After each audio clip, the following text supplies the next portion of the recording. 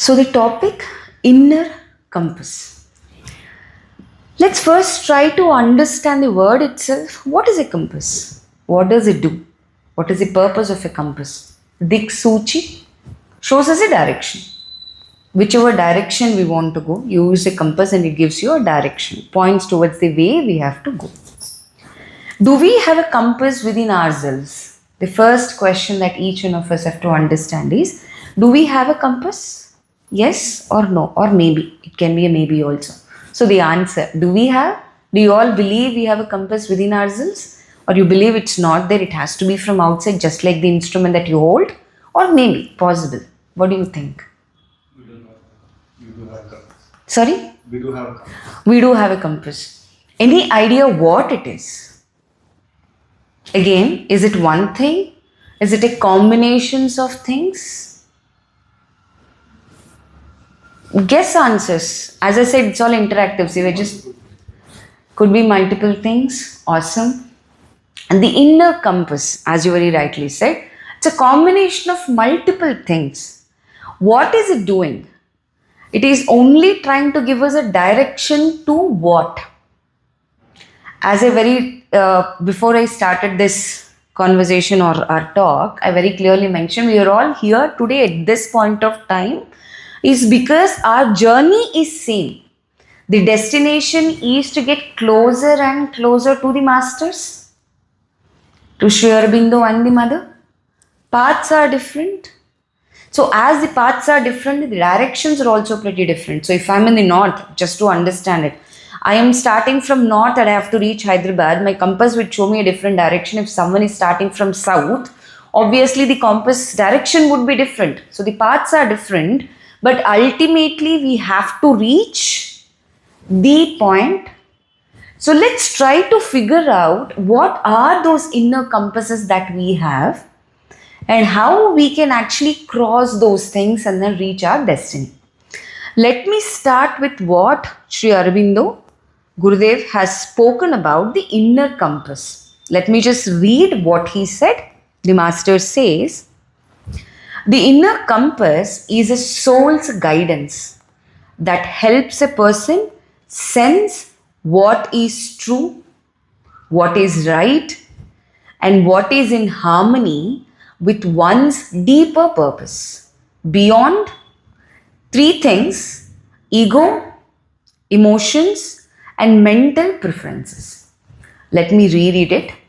The inner compass is the soul's guidance that helps a person sense what is true, right, and in harmony with one's deeper purpose, beyond ego, emotions, and mental preferences. Okay, there are a lot more in this. I will come back to what the masters have said.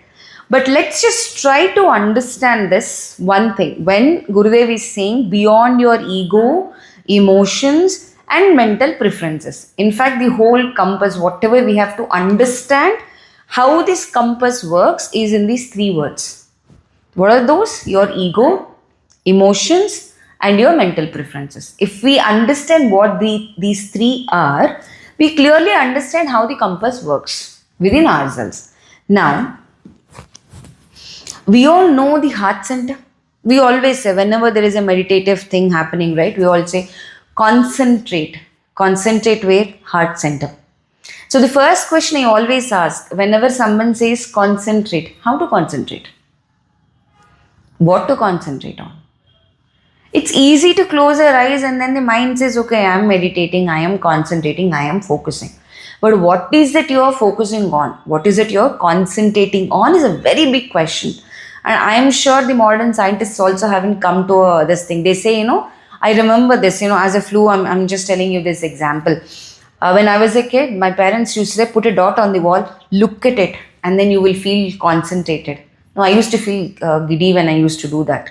Looking at a point constantly makes your eyes, watery, and then you can't really focus on anything. But what is that heart center that when we talk about our sadhana, integral philosophy, the yoga that we are believing and then walking into, the heart center. This is the heart center. This center, this heart center is a home, a house to three things: ego, vital, psychic. We all know these words. We all have read a lot about these things. Yes?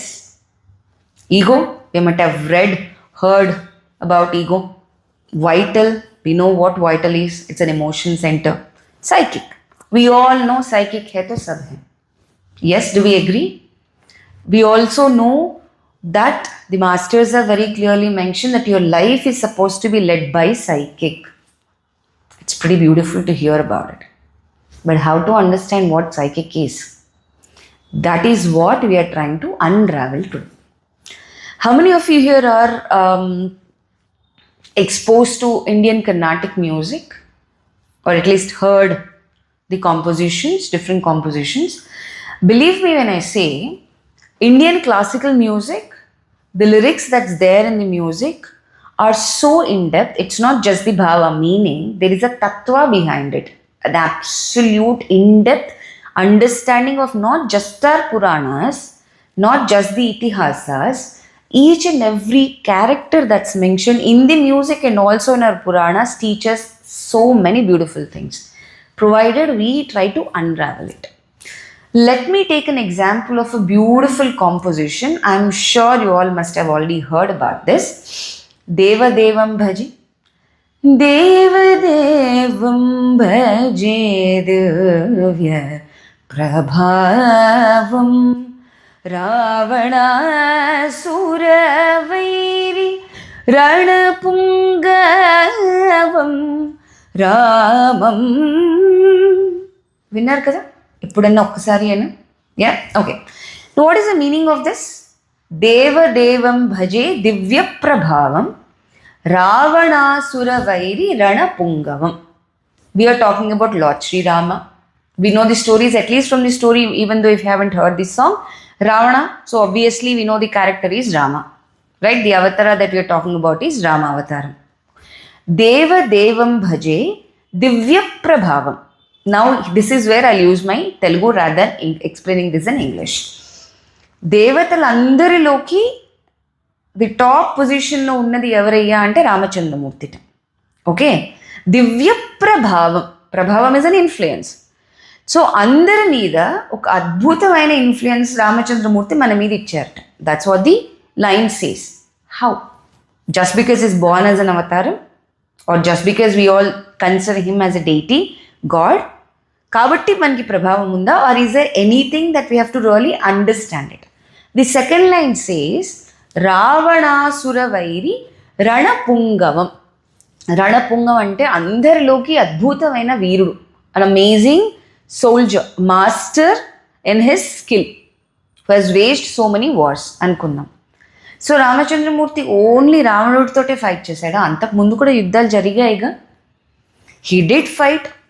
విశ్వామిత్రుల వారితోటి వెళ్ళినప్పుడు there was though it's not a war, but of course he had a fight with the demons.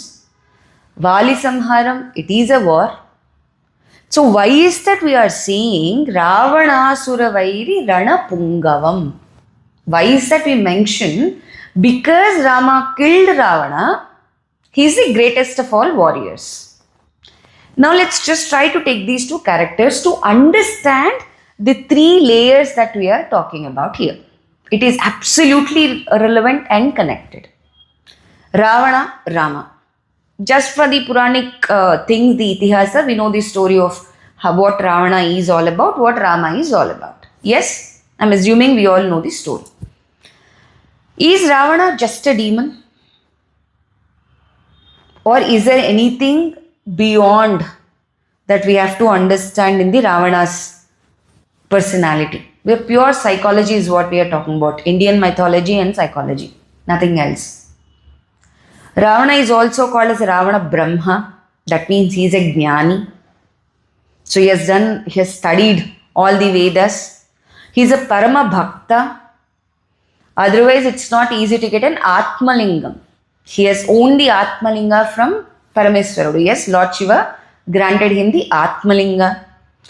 So in order to do such a tapas, to get an Atmalinga, that particular individual, for a second, let's just forget Ravana is born into a demon's thing, on a half Brahmin and a half Rakshasa, but still a Rakshasa.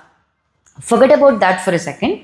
Consider Ravana as a human being, an individual who has obtained an Atmalinga.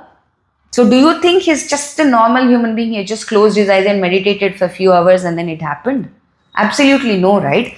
Unless and until there is a pure surrender, unless and until there is a pure bhakti, unless and until there is a grit and will, that kind of a strong tapas is not possible. So Ravana is not a normal individual. Yes, of course, he has done a lot of other things. First thing and the foremost is to abduct Sita Mavaru. That of course comes, and a lot of other things. Is he a great administrator? Of course, he was a great administrator. Lanka was considered andikane Swarna Lanka. Not just because Lanka is built out of gold. He ruled Lanka in such a way that his people were very, very happy and contented. No individual had a complaint about his administration. In fact, to an extent, after the demise of Ravana, Ramachandramurti asks Lakshmana to reach Ravana before Ravana's soul merges into the divine. Ramachandramurti asks Lakshmana to go and then ask the administrative skills. So that shows Ravana is great in that as well. But he is a demon. Is he a demon just because he is born into a demon clan? First question to understand. Let's come to Ramachandramurti. If you just compare Ramachandramurti and Ravana, Ramachandramurti is a prince, not even crown prince. He doesn't have much of an experience. I'm again talking as two human beings. Please don't take Rama as an avatar, then the whole perspective changes. Rama, a boy, a young boy with his own set of skills. Ravana, an aged person with his own set of skills. Rama's life experiences are much smaller in comparison to Ravana. Right? Do we agree on that?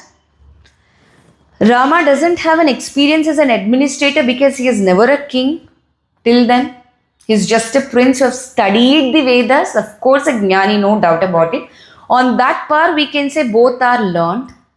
But if you just weigh the scale, Ravana is much more qualified, even as a warrior, than Rama.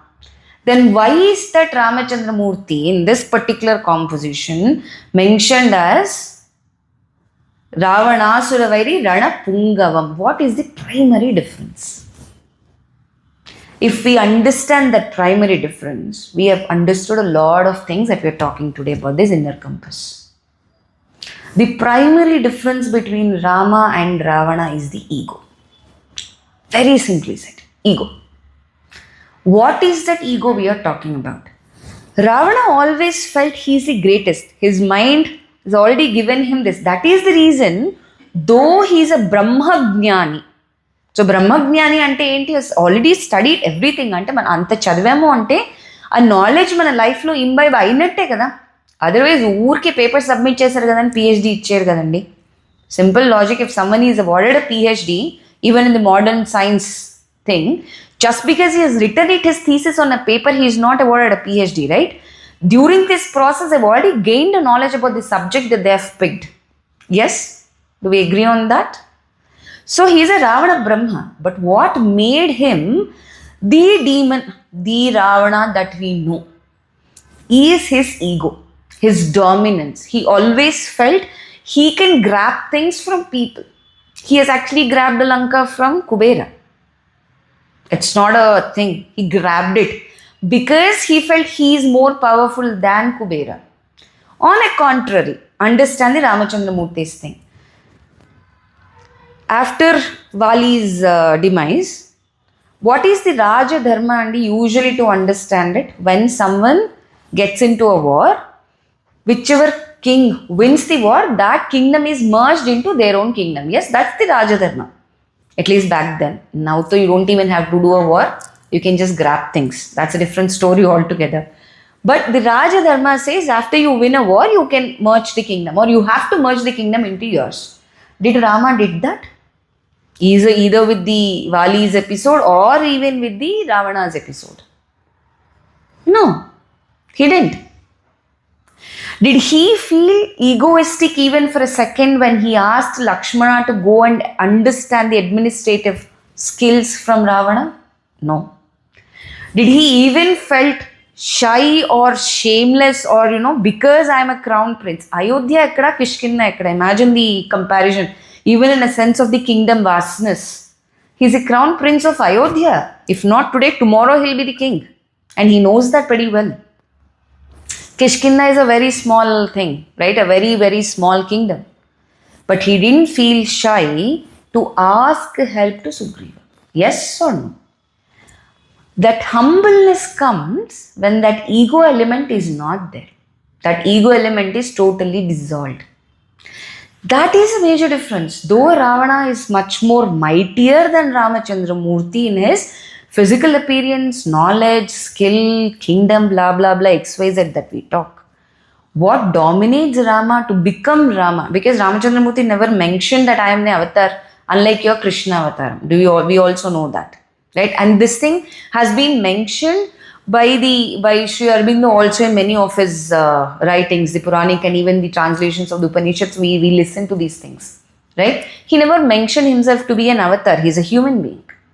But till date, we do consider Rama as the Lord, and we still did follow his sayings and his thing is only because of this one primary thing of no ego.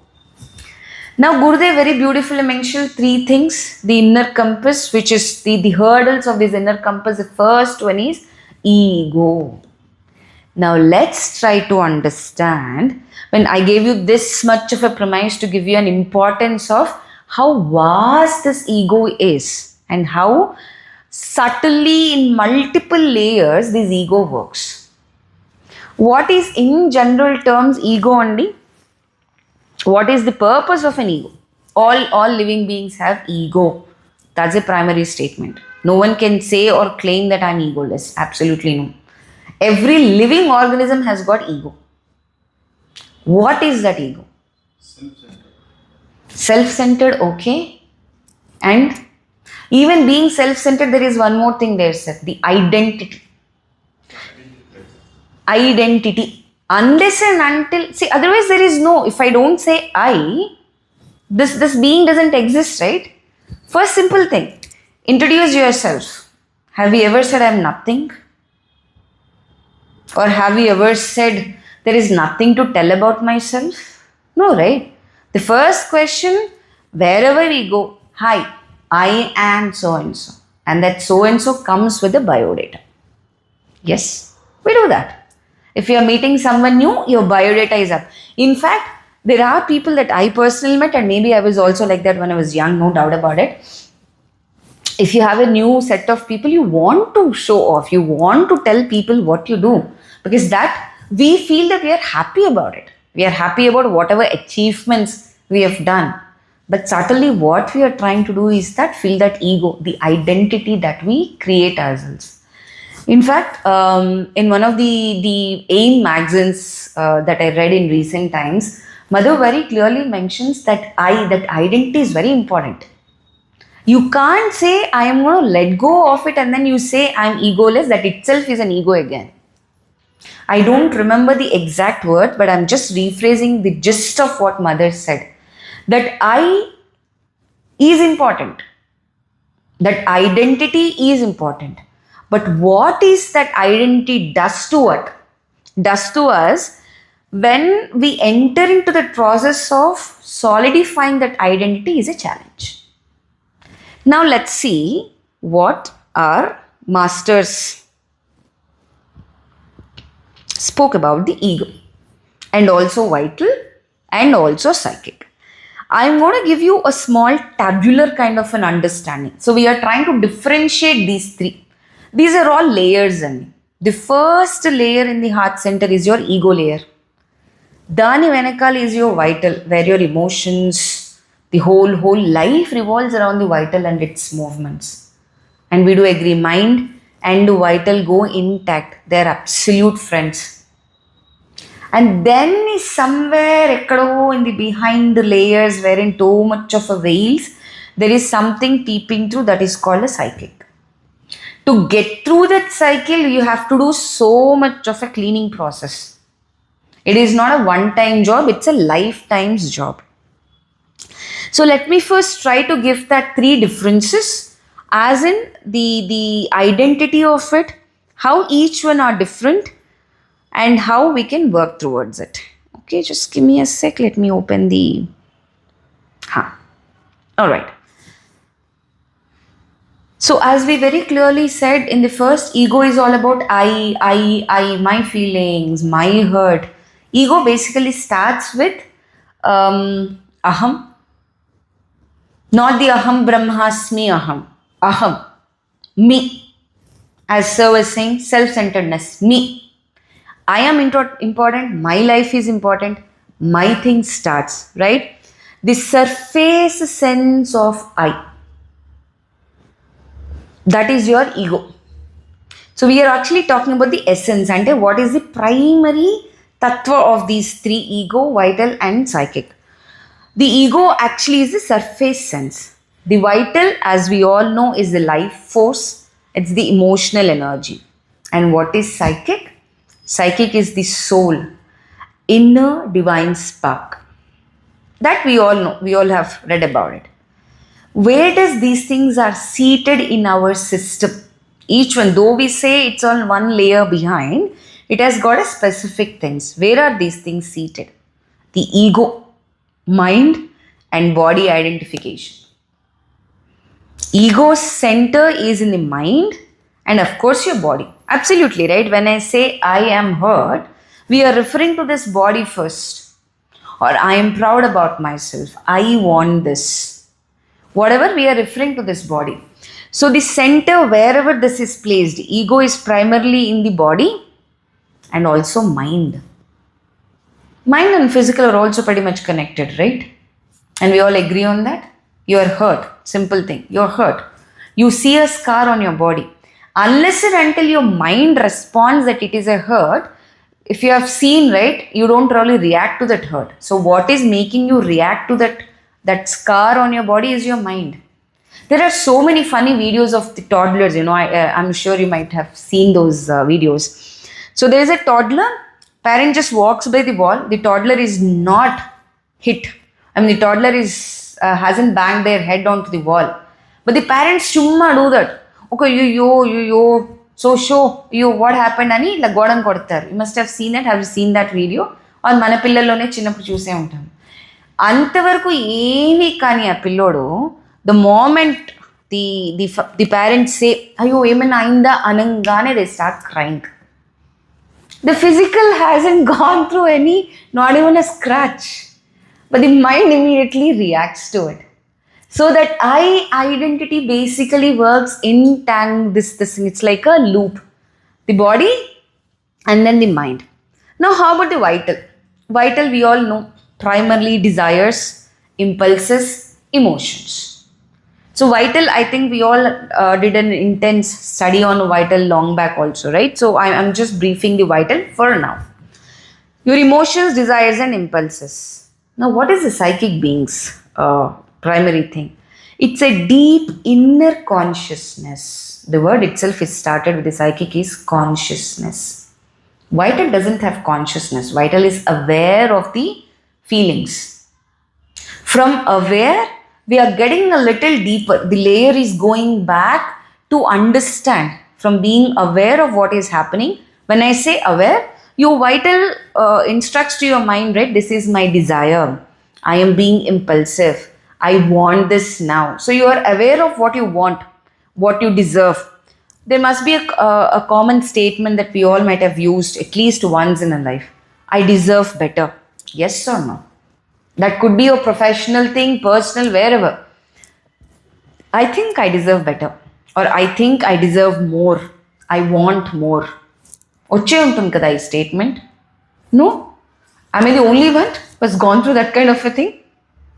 Because no one is nodding, so I want to understand. When I have gone through those kind of things, right? That is, you're being aware of your vital needs. The vital is clearly telling you. And then the mind is trying to, either comprehend it or support it. Yeah, bhai, okay, fine. You really need, yeah, that's why. Then obviously ego pushes it. Yes, of course, they don't deserve, you deserve. Then you feel, yes, see, my life has been very unfair. This is the connection between the vital and the ego. But the psychic purely goes into a deeper consciousness. We will come to psychic in the end to understand what is that, what are the primary quality change. The whole thing, the scenarios would be same only. Life flow scenarios are all same. The way the ego reacts, vital reacts, and the psychic reacts, the only change is the quality of it. Right? And then the main drive of an ego is self-importance, security. The vital's primary thing is enjoyment, achievement, and to express yourself. The primary motto of psychic, truth, harmony, and unconditional love. This word is very important. Unconditional love towards whom? Just others? Or towards the divine? Towards yourself? Each and everything is important. An unconditional love towards yourself, which you usually neglect, that is also very important. So there are so many expression. This is another. There are of course a lot of other things. The divine, how it, the nature of it, and how it is in comparison with others. There are so many other things that's been mentioned by your masters, but I'm taking the primary things to understand this. The first and foremost thing is expression. We are all human beings, animals, and we love to express ourselves. So the three aspects of a life also love to express. How do they express? The ego, of course, pride, fear, attachment. Yes or no? This is something that we have to really understand. Because if we understand this attachment, it's easy to, or we understand how these aspects express themselves in us, it's much easier to go back. It's much easier to remove that veil of ego and then go back to the vital. Remove that vital thing and then go back to your psychic. So how do they express themselves? Very beautifully, ego says pride, garvam. That's what we right away in the starting I said. Fear. Fear of what? Fear of losing your identity. Now today, at this point, I ask you all, including me, okay? Whenever you go and introduce yourself, you say, I am nothing. Just as an experiment, you say, okay, we are going to introduce ourselves as if I am nothing. What would be your first reaction? What would be your first reaction, please? Feeling insecure.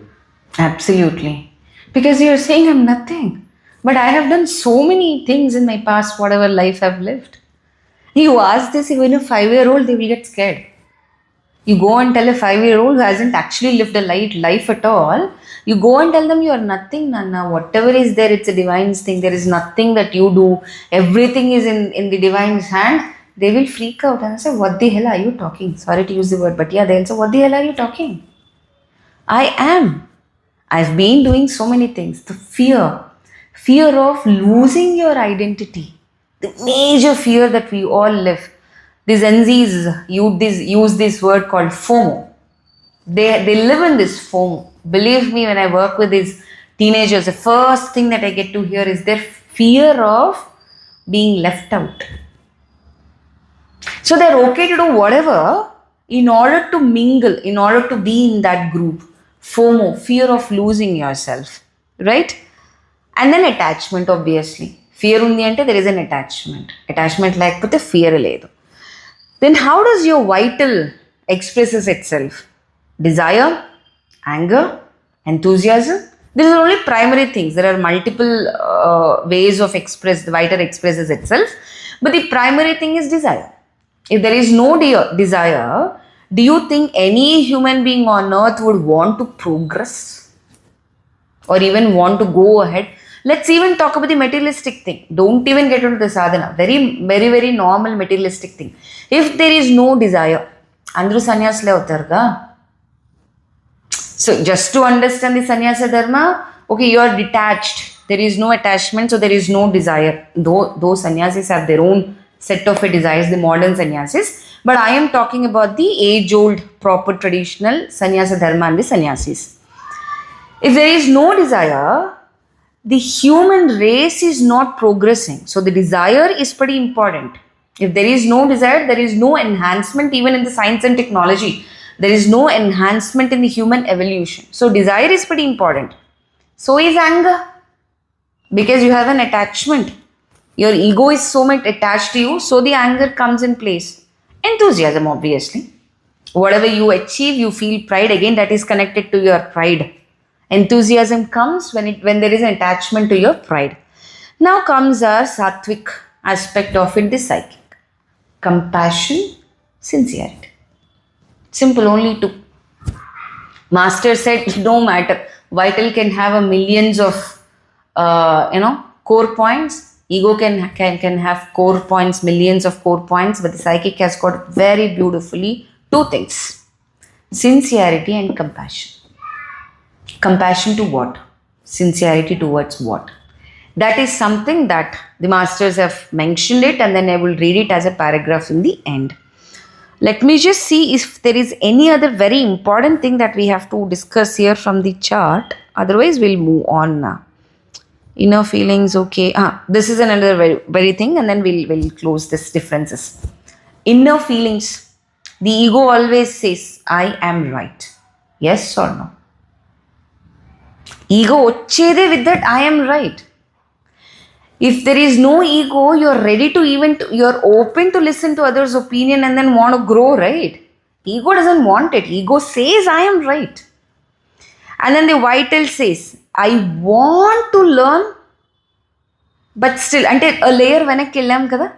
So the moment you observe yourself and then want to learn, the feeling changes. It says, I want to listen to you, but still I think I am right. The way you phrase it also changes. Ego right away says, I am right. You don't have a right to correct me. And we see these kind of things within us. We see these kind of conversations and statements from our people around us as well. So the vital says, I want, I feel. The psychic says, I know inwardly. I'll give you a very personal example, in fact, which happened this morning, connected to this feeling. Okay, I was having a conversation with someone. They were trying to tell. The first and primary thing, we as human beings always think, if someone is talking, you have to resolve it. That's our primary response. Even if that can be with your child, that can be with your spouse, it can be with your parents, it can be with your friends, your colleagues, no matter with whom. The primary thing that we all genuinely, it's like a default setup in our head, is to resolve it. Because the ego says, I know better. Yes? Yeah? Yes, no, all right. Some experience and some expressions here. Okay. All right. So I was having a conversation. In fact, they were telling me something. I had 3 questions in my head. Now, do I have to just listen to it because I just want to rant it? Or do I have to give them the brutal truth? Again, the truth that I think is right.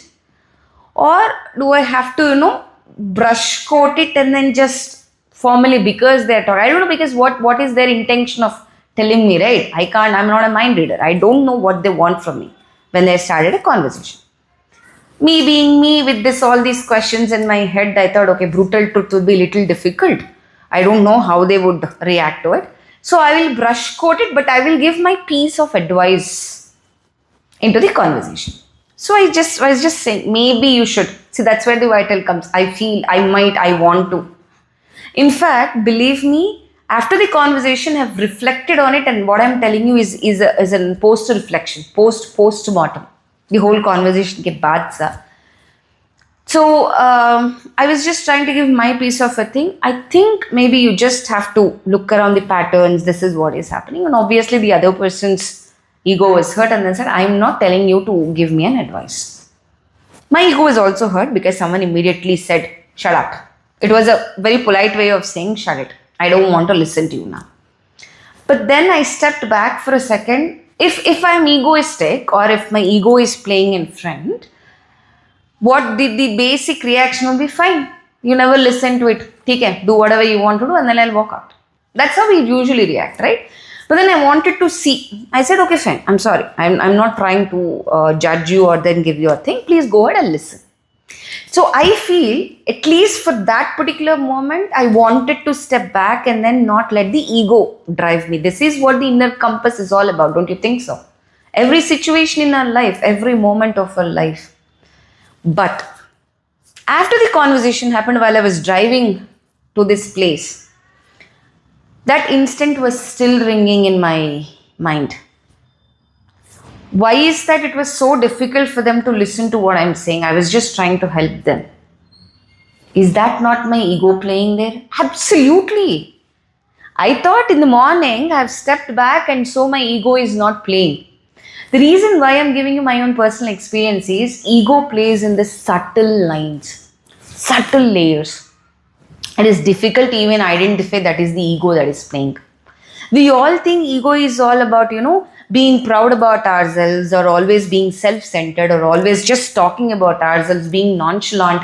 We think that is what ego is all about. But no, ego plays in a much subtler way and we don't even identify it. It's difficult to even identify. The reason why I'm telling you is when I was driving till here, I could have thought of million other things. But this thought was just going in my head and then something struck. This is also ego. I was hurt, but I didn't respond it to them. I didn't react to it then and there. But subtly it is still there. So what am I supposed to do? That subtle thing also shouldn't be there. So what am I supposed to do? The thought there came to me. I'm not saying that is how it's supposed to be. Can be different, but the scenarios are similar. And I'm sure we all go through this kind of similar instances and circumstances in our life on a daily basis. Right? I thought, okay, if that person is not listening to me, there could be multiple reasons, whatever reasons they have. I am not there to correct them. I am not there to show off that I know better. I am there only to listen. If they need help, they will ask. If I am able to stick to that thought, believe me, conflicts will reduce to, I wouldn't say zero, but then the conflicts that we go through will minimize. Because the ego is going down slowly. It's, as I said, it's a life's process. It is not a one-day process. But the ego will slowly go down. Right? On that note, I'll give you a very beautiful folklore story before I go into another section of understanding this ego, vital and psychic. Another beautiful tattva, a folklore composition from Carnatic music is, I don't know if any of you heard this, Endukaya Samba Siva E Allari Cheshtal. Very lovely and a very funny conversational composition between a bhakta and the divine. Endukaya Samba Siva Evaru Neeku Chepperaye Endukaya Samba Siva E Allari Chetalu E Budida Putalu. Just 2 lines written by Devulpalli Sastri Garu. Endukaya Sambasiva Yavaru Neeku Chepperaya. Sambasiva is the Sivudu along with Parvati. Samba ante Ammavaru, Siva is Siva. Okay? So the Bhakta is asking, so I am questioning our masters right here. Whatever you are doing, why are you doing this? Who has asked you to do it? The question asked. Tattva is all about asking. Then the second line is, E Allari Cheshtalu E Budida Putalu. To understand the bhava, Budida is the ash that Shiva's body is totally covered with. The Budida and the Vibhuti that we put on our forehead. Now the funniest thing when I must have sung this a million times right from my childhood. But this thought stuck in a recent times when I was trying to understand the difference between this ego, vital and psychic. Allari Chetalu. What is Allari is mischief. Has any of you, till date, heard any mischievous stories on Lord Shiva? Might have heard the Puranic stories, right? We don't have to read the Puranas, but you must have heard the stories, right? Any of us, till date, there is an Allari Chestalu mischief that's been done by Shiva? I have never heard. Most of the times when we talk about these Leelas and all that, we only get the Narayana avatars. Krishna avataram, picture mischief. Ramataram also we hear too so many things. Vamanavataram also whatever he did is a mischievous way of putting Bali to the Patala Loka. So whatever stories we hear too, Narayana Avataram gives that beautiful description of Allari. Then why is this guy even asking that Shiva's Allari? What is that Allari is all about? A very intense and I would say it's like a bang on your system if you understand this mischief that Shiva does. We all know this, the Trimurtis and their duties, if I just have to use that thing, right? Brahma is the creator, Vishnu is the one who takes care of the evolutionary process, Shiva is the destructor. That is why he stays in the Smasana Vatika. And Mother very beautifully, very profoundly mentioned, Shiva Tattva is not destruction, it is transformation. Take it, because Mother said. No matter what the Puranas says, Puranas might say it is destruction. Mother said the Shiva Tattva is all about transformation. This is a cycle, guys. A creation happened.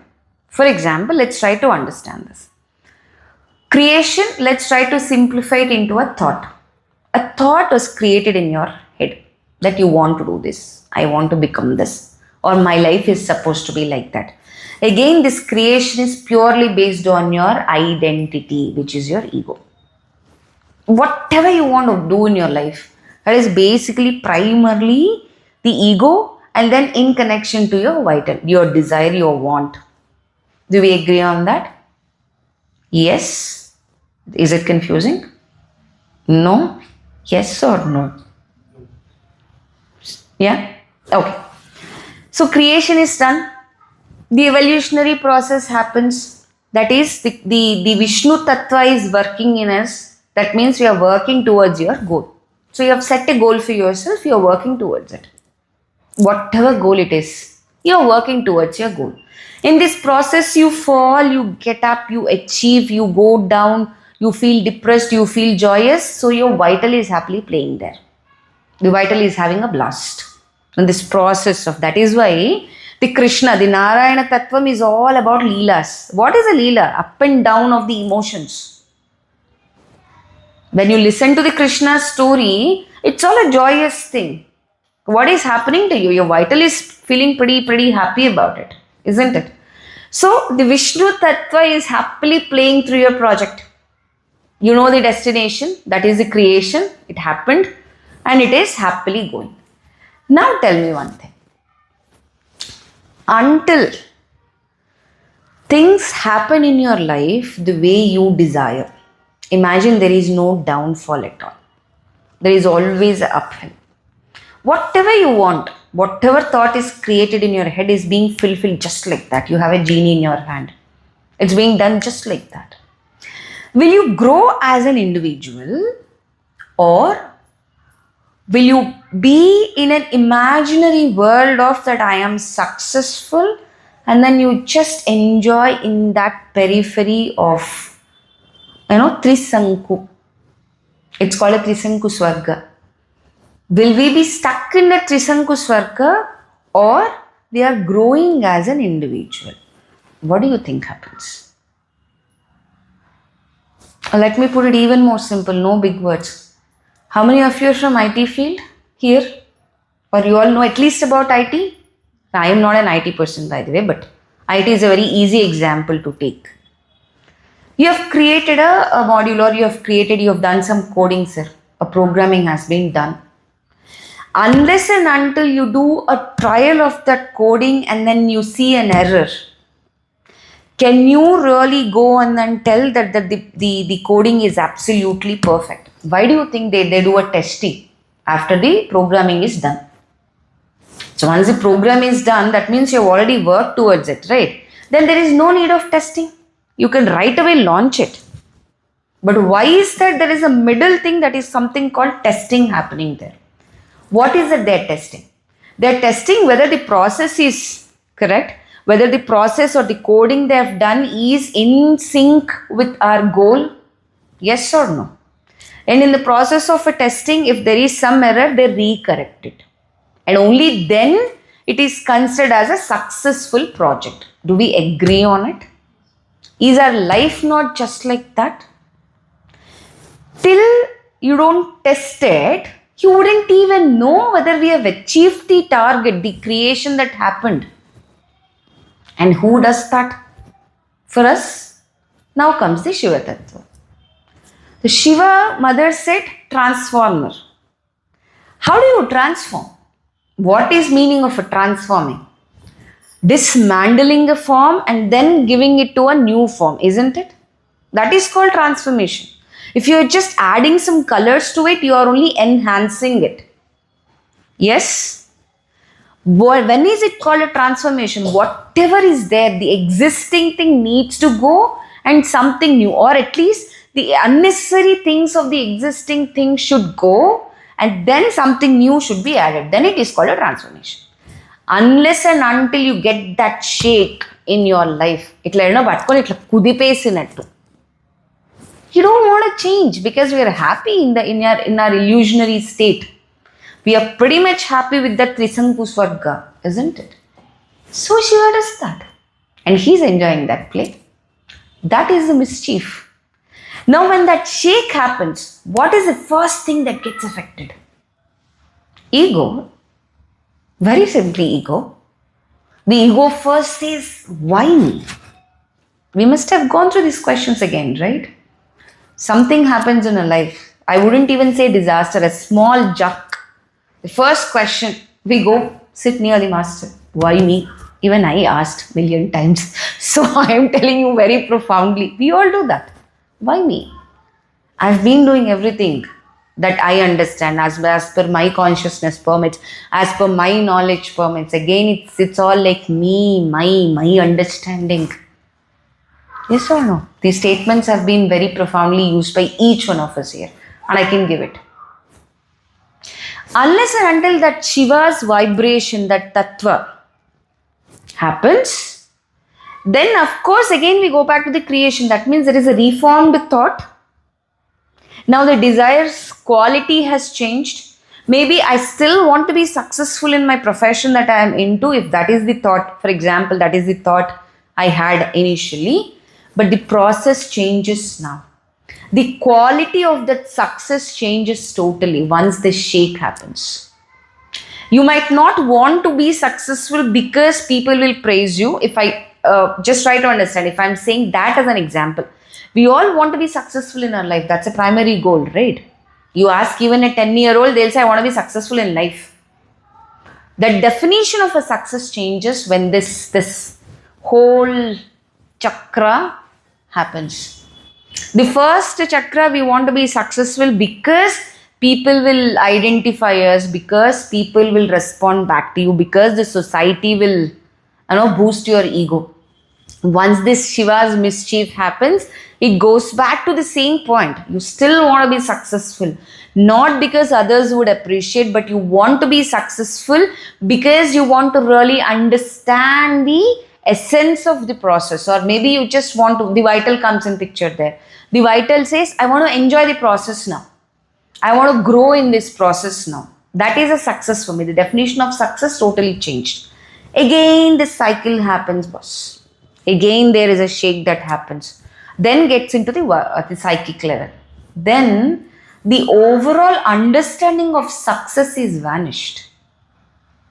You want to do whatever you're doing because you have already tasted in this vital cycle, right? The second layer of the vital cycle, you started understanding the pure,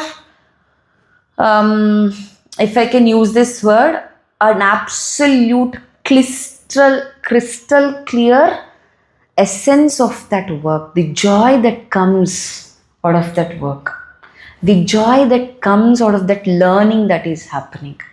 You have tasted that beautiful thing, then why do you want the other peripheral chocolates when you've already tasted the purest nectar? That is where the psychic comes. That is the quality of the psychic. Yeah? Now, trivia. I've explained whatever I have to. Let's just take some real life examples because this topic is all about our inner journey. This is not a jnana session, just knowing the terms and essence of it, but this is something that we have to implement in our lives. Otherwise, there is no growth. So we will go with the chart now. Now, I want you all to answer. I am the quiz master and you all need to answer, please. Don't be scared. Questions will be very easy. I'm going to give you some life experiences or reactions. So, you please tell me which part of your system is responding to it, whether it's ego or whether it's vital or it's a psychic. What we are trying to do with this experiment here is to understand the quality of these three aspects. Simple. Because when we understand the quality of it, it's much easier for us to cross-check. Yes or no? So, we will do that. Just give me a second, please.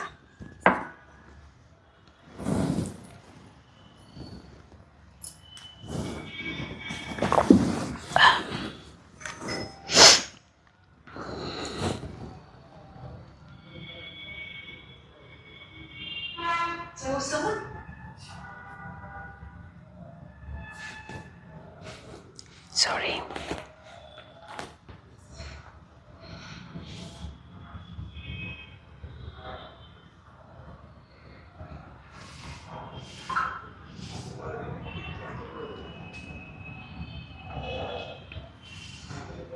Okay. The first scenario that I'm giving you is a very, very simple thing. If you have done a work in the house, let's take the woman's kingdom kitchen. And I'm sure now the both genders are in the kitchen, being a part of the kitchen. Okay? So you have prepared something, some dish is prepared, and then you serve it to the family. It's a very routine thing. If your spouses, the female partners are cooking, then you have to think from the opposite side of the table. We guess whoever is good with cooking and all that, think from this side of the table.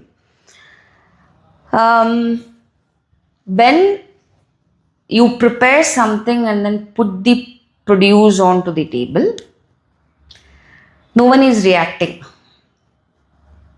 No one is reacting. They all ate and then they left. Okay? If it's the ego playing, what we did, the first thought, maybe you won't say anything. Not necessarily ego should always be verbal. Right? That's what we even spoke about. So what would be your first reaction, please? How do the ego react to it? Gunadi, come on, please tell. My ego doesn't react for it. Awesome. Cool. Anybody else? If ego is reacting, what would be the reaction? Some kind of expression. Okay. It could be anything like just venting out frustration. Venting out frustration, yes. Alright. The mind is also playing there. Do we agree? When you're venting out. Okay, that's one reaction. Okay, the ego is reacting. Immediately it is reacting. Beautiful. What would be the vital's reaction in the same situation? Gunadi, you said your ego doesn't react. Is there a vital reaction? How does it react?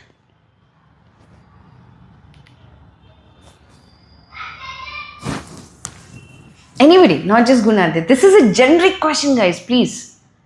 How do you think your vital would react in such situations? Who's the anger? Sorry? Anger. Okay. Alright.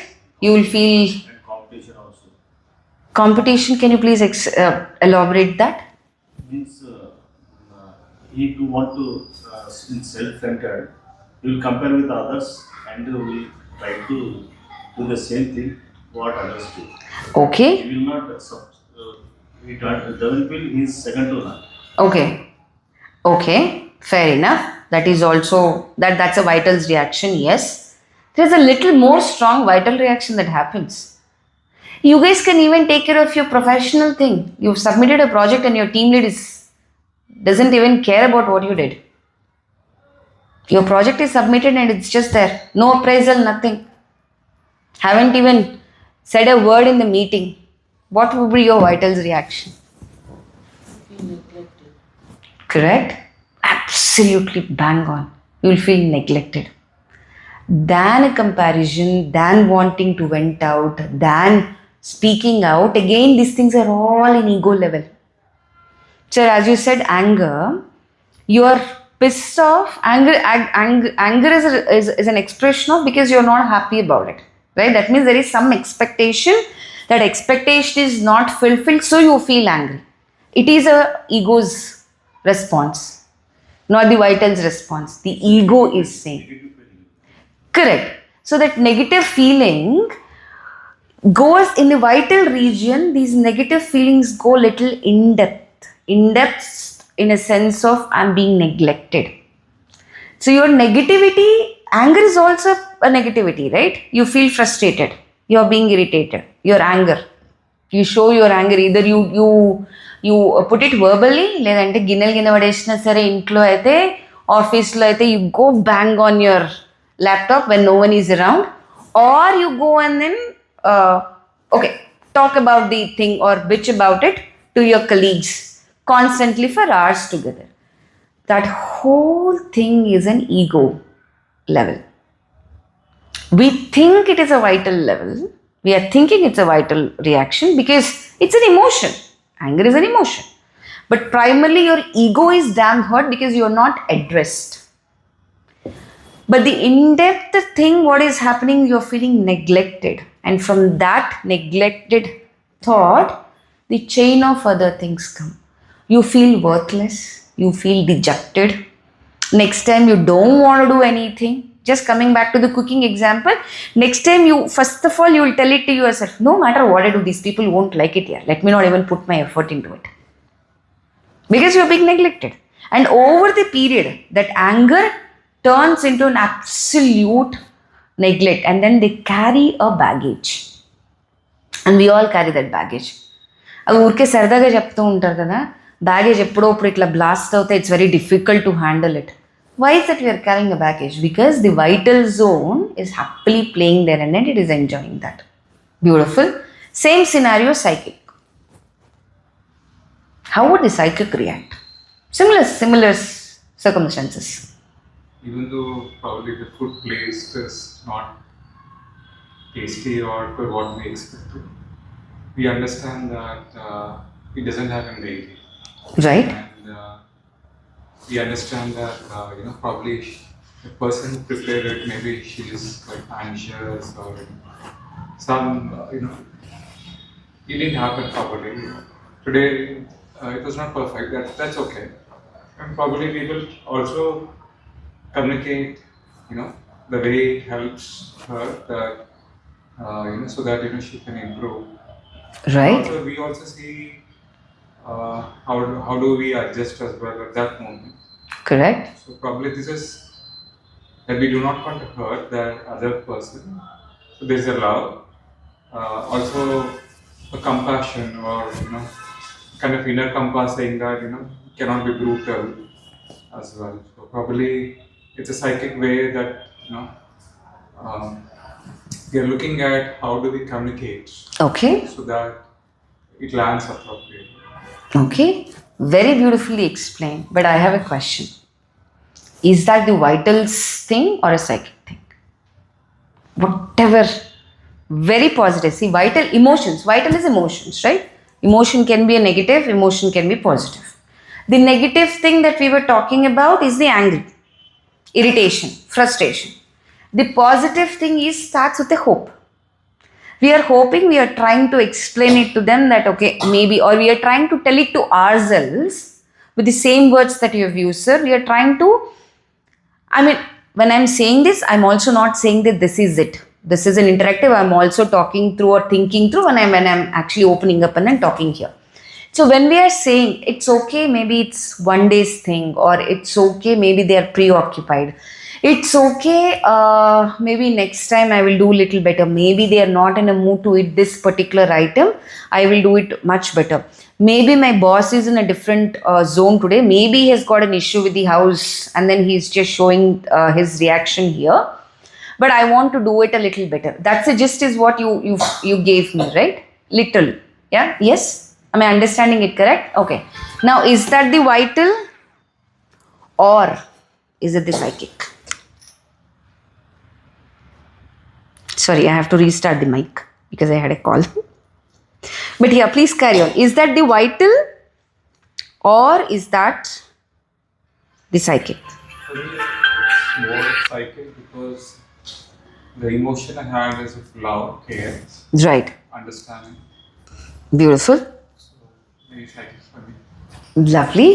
Others. Is it psychic? Okay. Bit of a psychic, bit of a vital. Now I am changing the whole thing. Is it a combination of a psychic and vital or is it purely psychic? What do you guys think? What do you think? It's the combination. It's a combination. Okay. So what is the vital part here? What is the psychic part here, Gunadi? Vital part is you feel, oh, it's okay. They don't appreciate it's okay. You're trying to be good and trying to settle your vital. Correct? Pacify your vital, in other words. Correct. Pacify. Very beautiful. You're pacifying the vital. Lovely. And what is the psychic part in it? Means, because they are your own people, you feel bit, you are compassionate to them, that even they don't appreciate it, can take it, we can ignore it. Correct. What you said and what Auntie said, combine those two. Me Richina first answer is a purely vitalistic thing. The second, when you said the love. So when you are doing things for others or when you are in a situation, if you love what you are doing first, then it is a psychic part.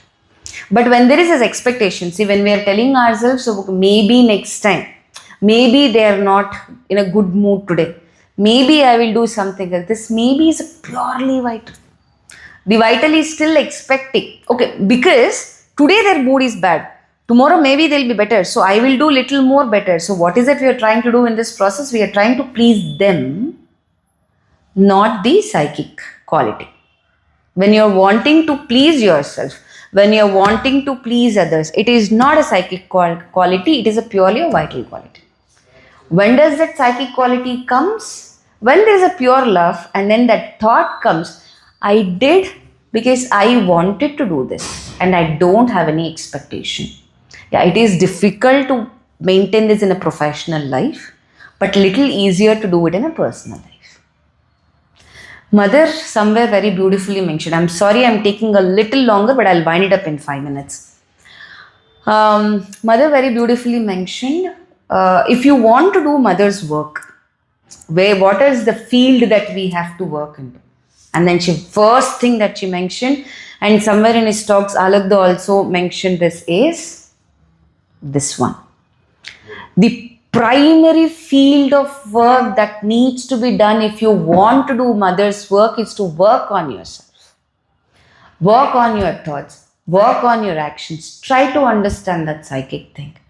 When we start differentiating these feelings, right, when we know whether it's the ego playing, then you don't want to be in that egoistic center because the ultimate thing is to reach the masters. So to reach them, your ego doesn't work. It is very clearly said. Gurudev mentioned it very clearly. No ego. If you are egoistic, this path is not for you. So at least we'll be conscious of not wanting to be in the ego level. Then comes your vital level. If we at least put that effort to understand whether it's the vital speaking, the vital always has got an attachment. Hope. If that is there, it is a still vital. These things can be complementing each other. These things are not exclusively independent. They are all dependent. But slowly we reach to a state wherein the psychic comes front, which is very difficult to bring in. As I said, it's a life's journey, a constant offering. The golden mantra that's given by Gurudev is what I'm going to read and then end this today. Just the two liners that I think we all need to take it as a mantra and then go about it every day to read and reread it. The psychic basically signals. How do we identify whatever we are going through, whatever emotion that we are into, whatever state we are into is a psychic moment. Is you will have a calmness and joy, peace and widening. Relate this to the same scenario. You prepared something with a thought. In fact, Mother also mentions in one of her this things, right? Agendas, the conversations we hear it. Whatever work you do, and then she mentions it to one of the sadhak, even when you're brushing your teeth, the mundane of the mundane work that we do, think as if you're offering it to me, or think as if you're brushing with me, or I am there, whichever way you want to take it. Then what happens? The way we work towards it changes because you're doing it for the divine. You're not doing it for yourself anymore. So the whole perspective changes. Then obviously the calmness comes. Slowly it will come, it will descend. And Mother also says, whenever you're very restless, agitated, the vital comes with these things, right? Agitation, restlessness and all that. And Mother says, ask for peace, call for calm, sit quietly and then say calm, calm, calm, and it will come. Peace, ask for it, it will come, it will descend. So the first and primary thing, the psychic's quality is that calmness, joy, peace. The primary no, that this is not a psychic feeling, it is a mixed feeling, is you feel uneasy, you feel constructed, you feel restlessness. Apply these to the emotions that we just discussed, right? The scenarios that we discussed. And if it is an ego's level, very simple. We all know. It just says, I'm very excited. Just listen to me. Look at me. I have done this. And then you go and talk about whatever you did to 100 odd people. Good, bad, worse, jo bhi hai. If it is a worse scenario, okay, if someone has criticized you, even that we go and then speak to 100 people. Do we do it or not? Even as a flu conversation, we go and then tell them, hey, you know, this person is even not even connected to what happened to you. That ex has criticized me on so and so things here. How dare he do that? Or if someone has appreciated you also, you just go and say, you know what, that guy's appreciated me. Were you ever appreciated before? Maybe if the dialogue doesn't come, your body speaks. Your body language speaks. So the primary difference is that the quality is what basically differs. Inner compass is not, we've already done that. How to strengthen the inner compass? How do we strengthen that? Quiet the mind, reduce the mental chatter, be sincere, want truth, not convenience, turn inward, feel behind the heart, offer desires. Gurudev says, whatever you do, always remember, Mother is watching you. Indeed, she is. So when you have these desires, right, it is always good to put it to her. Okay, I feel like this. I don't know whether it is right or wrong, but I'm leaving it to you. An absolute childlike surrender. If we practice that on a daily basis, be conscious of what we are doing, it becomes a cakewalk.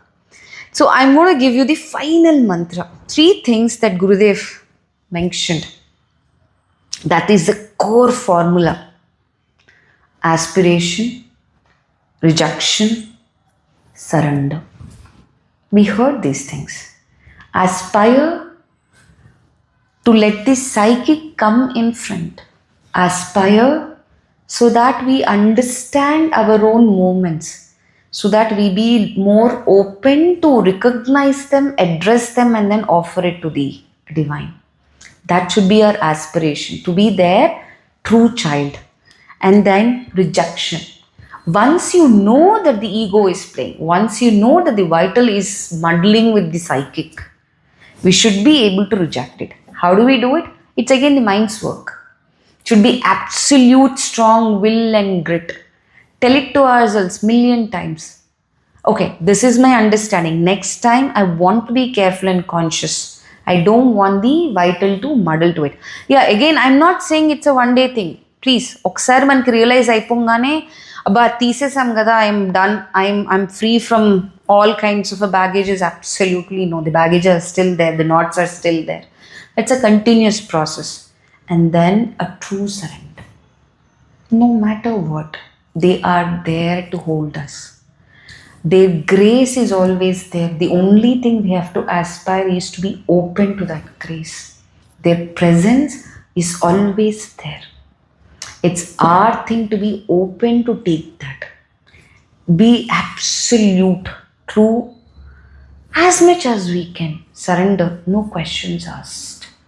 If we can practice these three, your inner compass directs towards the psychic, which is the absolute inner layer.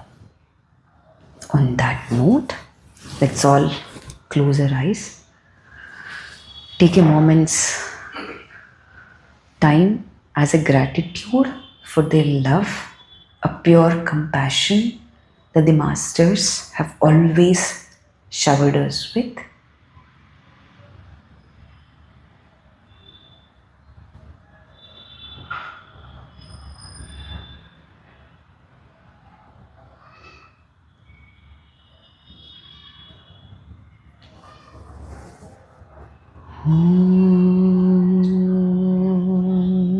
Namo